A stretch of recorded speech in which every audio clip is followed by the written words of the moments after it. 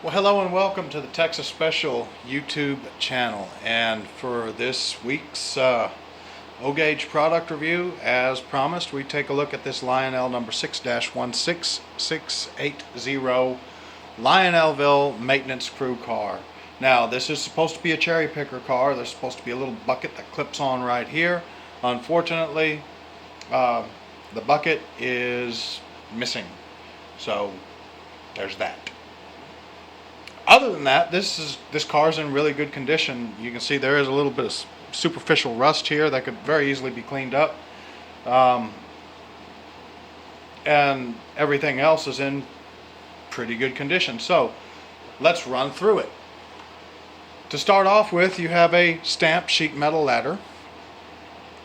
All the rest of the car, except for the wheels, is plastic in construction, and you have a separately applied metal handbrake wheel.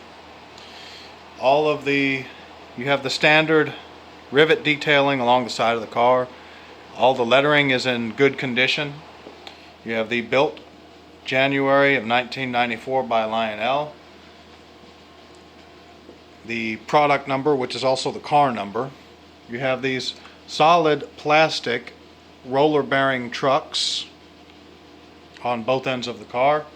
And you have some nice handbrake rigging detailing here. You have the chain and you have the rod that goes to the linkages of the air brake system.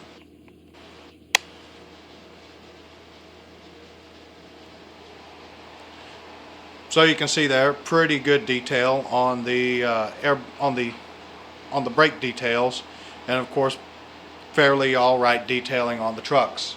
You also have these little stirrup steps that are cast onto the body on all four corners of the car.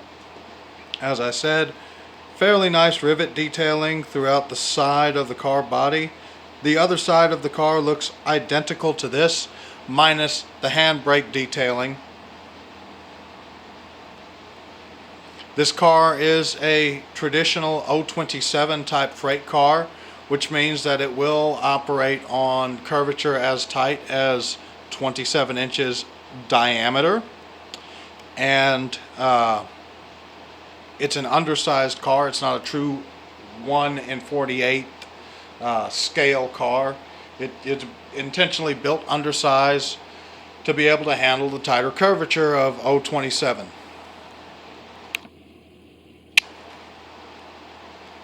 This car is based on an old post-war design, an old post-war freight car. And while I don't believe it's the exact same tooling that they used back in the 50s, it is patterned after that.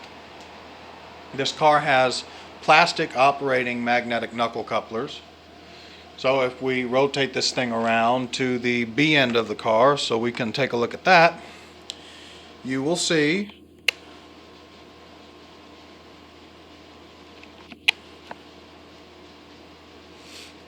we have the cast-on grab irons here. You have the operating plastic magnetic knuckle coupler.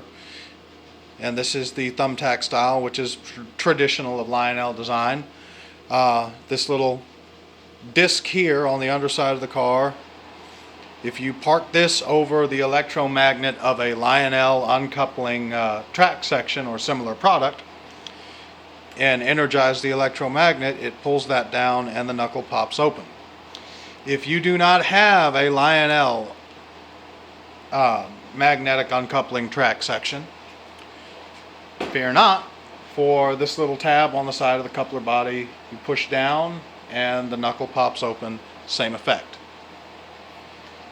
Looking at the top of this car as best as we can, you can see this end fairly well. You have some nice diamond tread, non-slip tile pattern, steel deck plating, and then the rest of it is just your standard plank decking. You'll notice there's a bunch of different slots in the top of the car. Lionel used this particular tooling pattern for several of their animated or operating type freight cars that are based off of a flat car design, and also their auto loaders or the old school auto racks. Looking at the top of this thing also allows you to see some of the springs and strings that allow this ladder to extend. So if I crank this hand crank here on the side, the ladder goes up and down. If I turn this crank here, the ladder extends and retracts.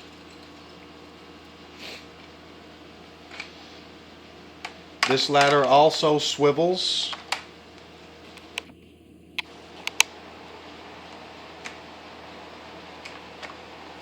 It's rather stiff, but it does swivel. It swivels a little bit.